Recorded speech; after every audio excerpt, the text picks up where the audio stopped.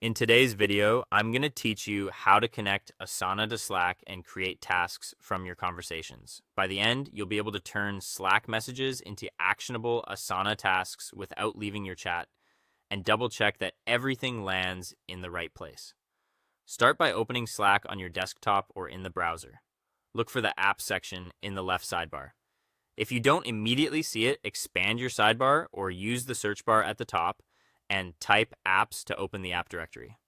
Some workspaces label this as integrations, but it takes you to the same place where you can add tools to Slack. In the app directory, search for Asana. You'll see the official Asana app with its recognizable logo.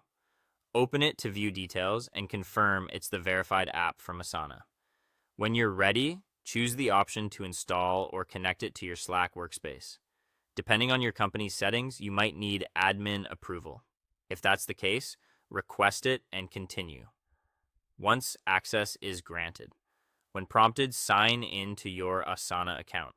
A browser window may open asking you to authorize the connection between Slack and Asana. Make sure you're signing into the correct Asana workspace or organization, especially if you're a member of multiple ones. Review the permissions, then allow access so Slack can create tasks and post updates on your behalf. Once connected, you can create Asana tasks directly from Slack using either a slash command or a message action. For a quick task from scratch, type the Asana command in any channel or direct message. Then follow the prompts to add a task name, pick a project, and include details like assignee and due date.